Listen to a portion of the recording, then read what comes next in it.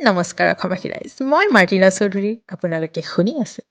এই মুহূৰ্তত মই লঞ্চ কৰা জি টি ছিৰিজৰ প্ৰথমটো episode। বাৰু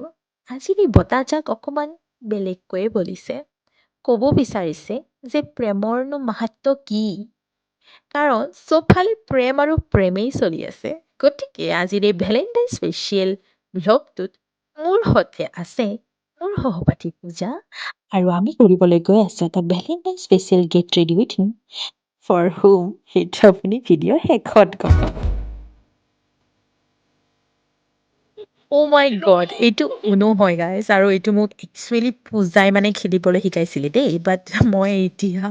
পাহৰি থাকিলোঁ কাৰণ মই এবাৰেই খেলিছিলোঁ। আৰু এটা কথা শুনি লওক হা মোৰ একেবাৰে নলেজ নাই মেকআপৰ ওপৰত চ' আই এম একচুৱেলি ডিক'ডিং এইটো কি হয় বা পিছত গম পালোঁ এইটো কনচিলাৰ হয় হা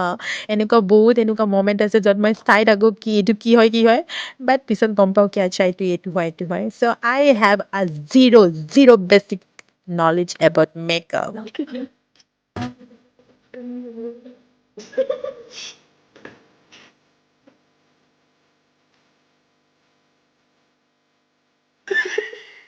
देखो शक्ल अभी